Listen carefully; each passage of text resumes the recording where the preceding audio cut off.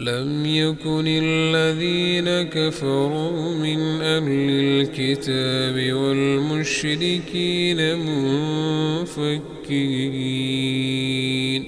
والمشركين منفكين حتى تأتيهم البينة. رسول من الله يتلو صحفا مطهرة فيها كتب قيمة.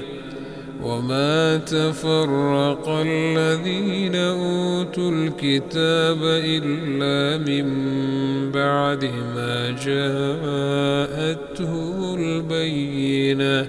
وما أمروا إلا ليعبدوا الله مخلصين له الدين حنفاء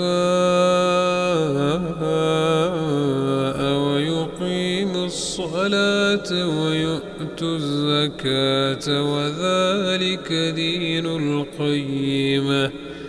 إن الذين كفروا من أهل الكتاب والمشركين في نار جهنم خالدين فيها أولئك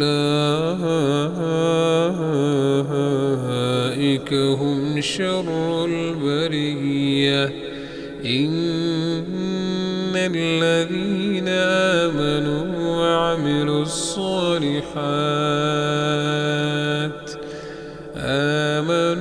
وعملوا الصالحات أولئك هم خير البرية.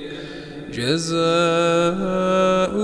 عند ربهم جنات عدن تجري من تحتها الأنهار جنات عدن تجري من تحتها الأنهار خالدين فيها أبدا. رضي الله عنهم ورضوا عنه ذلك لمن خشي ربه.